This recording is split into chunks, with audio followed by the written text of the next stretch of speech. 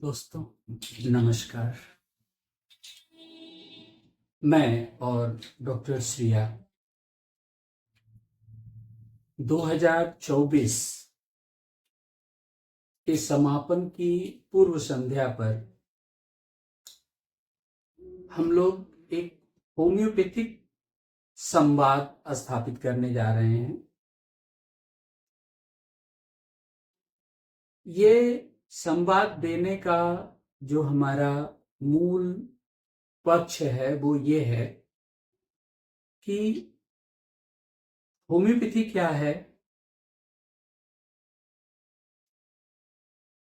यह एक विज्ञान है या नहीं।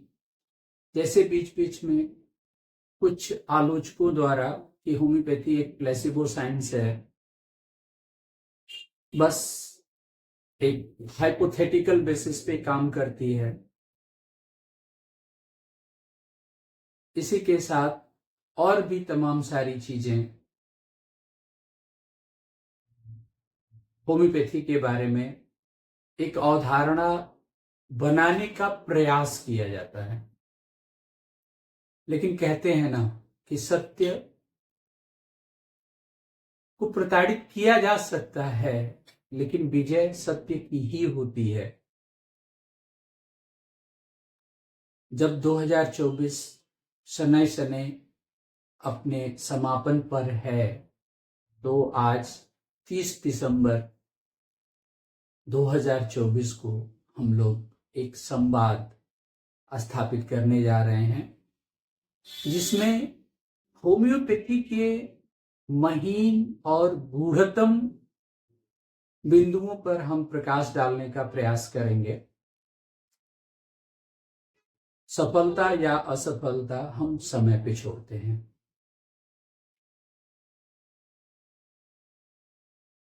इसी के साथ डॉक्टर श्रेया।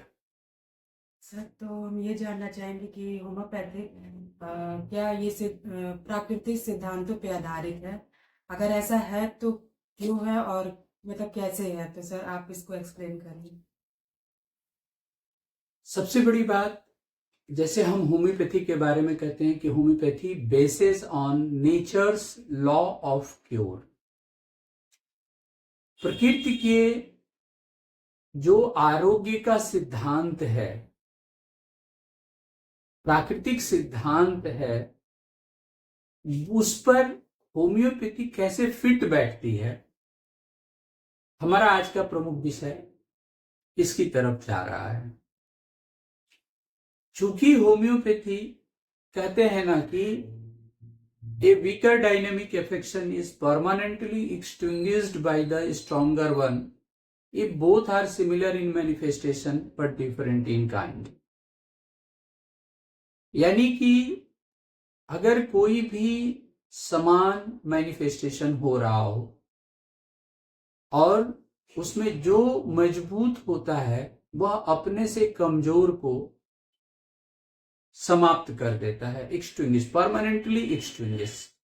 होम्योपैथी ही एक ऐसी चिकित्सा विधा है जिसमें हम परमानेंट की बात करते हैं। आगे भी ये प्रश्न आएगा और उस पर हम विस्तार देने का प्रयास करेंगे कि होम्योपैथी अस्थाई निदान देती है, लेकिन कैसे, तो उस पर हम आगे विस्तार से चर्चा करेंगे। क्योंकि जब भी कोई रोग, चूंकि जैसे भी कमजोर कड़ी में जब रोग कोई होता है तो एक दूसरा strong, homeopathy law of similia के क्रम में इसी तरह से काम भी करती है।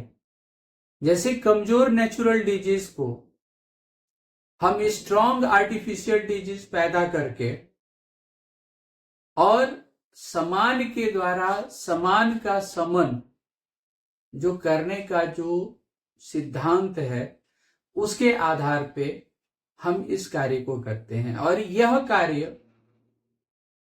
होम्योपैथिक चिकित्सा विधा द्वारा ही संभव है। अन्य विधाओं के बारे में उसके जो अपने विशेषज्ञ होंगे वो उस पर अपना संवाद या अपना तर्क जो भी उनका होगा वो रखेंगे।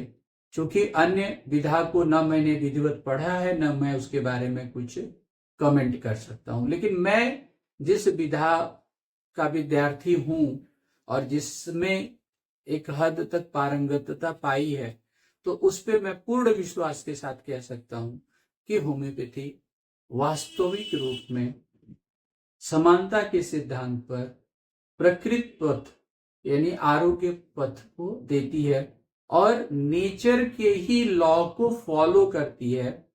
इसको हम 3 प्रारूपों में समझेंगे। अगर हम भौतिक सिद्धांत पे आए, एक भौतिक सिद्धांत के आधार पे कि जैसे मान लीजिए एक छोटा सा आवाज आ रहा हो और एक बड़ा आवाज छोटे आवाज को समाप्त कर देता है, उसी तरह मोरल सिद्धांत पे अगर हम देखेंगे कि अगर हमारे मन में कोई छोटी सी दुविधा, चिंता या कुछ इस तरह का पड़ा हुआ है और वैसे में कोई बड़ा सदमा अगर लगता है, तो छोटा सदमा अपने आप ही समाप्त हो जाता है उस बड़े सदमे के सामने। सपोज करिए कि मैंने मेरा पेन खोया है, बहुत प्यारा सा गिफ्टेड पेन था, तो मेरे मन में बहुत दुख हुआ कि किसी ने मुझे गिफ्ट किया था और मैंने मेरा प्यारा पेन खो दिया। लेकिन जैसे ही पता चला कि मेरा बाइक चोरी हो गया, तो पता ये चला कि चूंकि loss of bike is much more stronger in comparison than loss of my pain, तो हम बड़ा उसी पे चले जाते हैं और ये छोटे से दुख को हम भूल जाते हैं। रोग के प्रारूप में भी जो थर्ड एग्जाम्पल है कि अगर जैसे मान लीजिए चेचक में अक्सर दिखाया जाता है कान का बहना, आंख का आ जाना, आंख से कीचड़ आना, स्किन रैशेज आना। तो वैसे में अगर किसी को पहले से कान बहता हो या किसी को पहले से कंजंक्टिवाइटिस हो या किसी को पहले से स्किन डिजीज, स्कर्वी रोग हो और वैसे में चेचक का अटैक हुआ, यानी कि चेचक का जो अटैक है वो स्ट्रॉन्गर है कंपैरिजन देन ये छोटे छोटे अटैक्स के, तो आप पाएंगे कि वो ये छोटी छोटी बीमारियां बड़ी बीमारी के द्वारा अनायास ही समाप्त कर दी गई।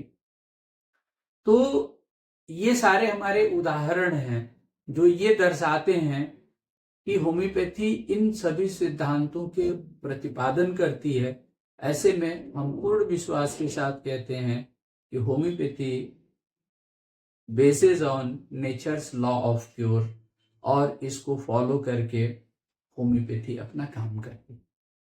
जी सर, सर हम ये भी जानना चाहेंगे वास्तव में होम्योपैथिक साइंस है क्या, और होम्योपैथिक दवाएं जो हैं वो किस पे काम करती हैं, रोग पे या मन रोगी पे। और सर हम ये भी जानना चाहते हैं कि मतलब रोगी होता कौन है, मन या देह। तो सर आप इसको स्पष्ट करें। बहुत ही प्यारा सा प्रश्न है। सबसे बड़ी बात जो होम्योपैथी चिकित्सा का जो सिद्धांत है, चूंकि जब हम होम्योपैथी फिलॉसफी को पढ़ेंगे और फिलोसॉफिकल अवधारणा पे जाएंगे, तो कहते हैं कि हु इज सिक, बीमार कौन है। तो कहते हैं कि द मैन इज सिक, जो मैन है वो बीमार है। अब मैन कौन है? सनातन परंपरा में हम जो कहते हैं ना, होम्योपैथी में भी हम कहते हैं कि there is triune of life, जीवन की 3 इकाई है, शरीर है, मन है और एक वाइटल फोर्स है, स्पिरिचुअल फोर्स है। तो मन जो है ना वो भौतिक और जो आध्यात्मिक, जैसे बॉडी और वाइटल फोर्स के बीच की कड़ी है, जो दोनों के बीच में ब्रिजिंग का काम करती है, यानी कि स्थूल से सूक्ष्म की यात्रा में सहायक होती है या सूक्ष्म से स्थूल की यात्रा में सहायक होती है। तो सबसे बड़ी बात है कि बीमार कौन होता है।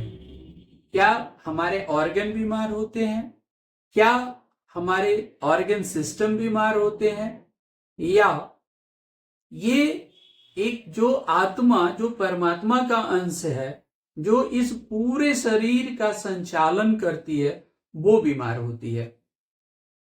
जो होम्योपैथी कहती है, ऐसे भी हम कहते हैं कि होम्योपैथी रोगी का इलाज करती है, ना कि रोग का। तो रोगी कौन है? तो जो आत्मा, जो इस जीव स्थूल शरीर का संचालन करती है, वो आत्मा जब बीमार होती है, अब बड़ा प्रश्न उठता है कि क्या आत्मा भी बीमार हो सकती है जो परमात्मा का अंश है? तो निश्चित आत्मा बीमार होती है, क्योंकि जब आप परमात्मा से विरक्त होते हैं, अलग होते हैं, तो आप भौतिक की ओर जाते हैं।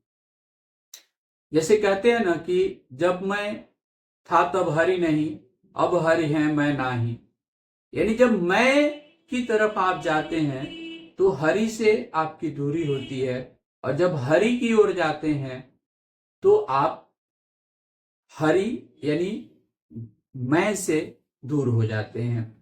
तो सबसे बड़ी बात क्या है कि जो वाइटल फोर्स, जो ऑटोमेटिक है, ऑटोक्रेटिक है, इंडिस्टिंक्ट है, अनइंटेलेक्ट है, बियॉन्ड मैटेरियलिज्म है, वो जब कुछ कारणों से, अब वो कारण क्या है? जो 6 विकार हैं। जैसे होम्योपैथी कहते हैं ना कि ill thinking is sorrow and sorrow is the mother of all disease. यानी कि हमारी वाइटल फोर्स जब पॉजिटिव थिंकिंग छोड़ के, ईश्वर आराधना छोड़ के निगेटिव थिंकिंग पे आती है, यानी कि काम, क्रोध, लोभ, मोह, मद और मात्सर्य की ओर आती है, 6 विकारों की ओर आती है, तो वो बीमार पड़ती चली जाती है। और दरअसल ये मूल में हो जाता है। इसीलिए कहते हैं कि मनोरोगी देह रोगी, यानी कि कहीं ना कहीं मन बीमार होता है तभी तन बीमार होता है। मनो आरोग्यम देहारोग्यम, यानी मन को अगर हम ठीक कर लें तो तन भी ठीक हो जाएगा। यहाँ पे थोड़ा विषयांतर होके हमारा जो एक सुझाव होगा आम जनमानस से, कि अगर आप सुखी और स्वस्थ रहना चाहते हैं तो कहते हैं ना कि 2 रंग दुनिया के 2 रास्ते, एक काम का रास्ता है, एक राम का रास्ता है। राम का रास्ता अपना लो, काम से दूरी हो जाएगी और आप आरोग्य पथ का अनुगमन करेंगे और आप आरोग्य की ओर चलते चले जाएंगे। यानी कि इल थिंकिंग को हटाइए, वेल थिंकिंग लाइए, और जब आप वेल थिंकिंग लाएंगे तो ऑटोमेटिक सोरा का जो प्रादुर्भाव भी रुकेगा, और सोरा का जो ओवरलोड है हमारे ऊपर, वो डिडक्शन क्रम में जाएगा और हम सोरा मुक्त होते जाएंगे। कहते हैं कि सोरा से जितनी मुक्ति हम पाएंगे उतना ही हम रोग से मुक्ति पाएंगे। तो ऐसे में यह बात एकदम से स्पष्ट हो जाती है कि हमारा जो लाइफ गवर्निंग फोर्स है, जिसे हम होम्योपैथी की भाषा में वाइटल फोर्स कहते हैं, कहीं न कहीं वह प्रभावित होता है, और उसके प्रभाव के कारण ही मन पे प्रभाव पड़ता है और मन तन को प्रभावित करता है, और इस प्रकार हम भौतिक रोग से पीड़ित होते चले जाते हैं।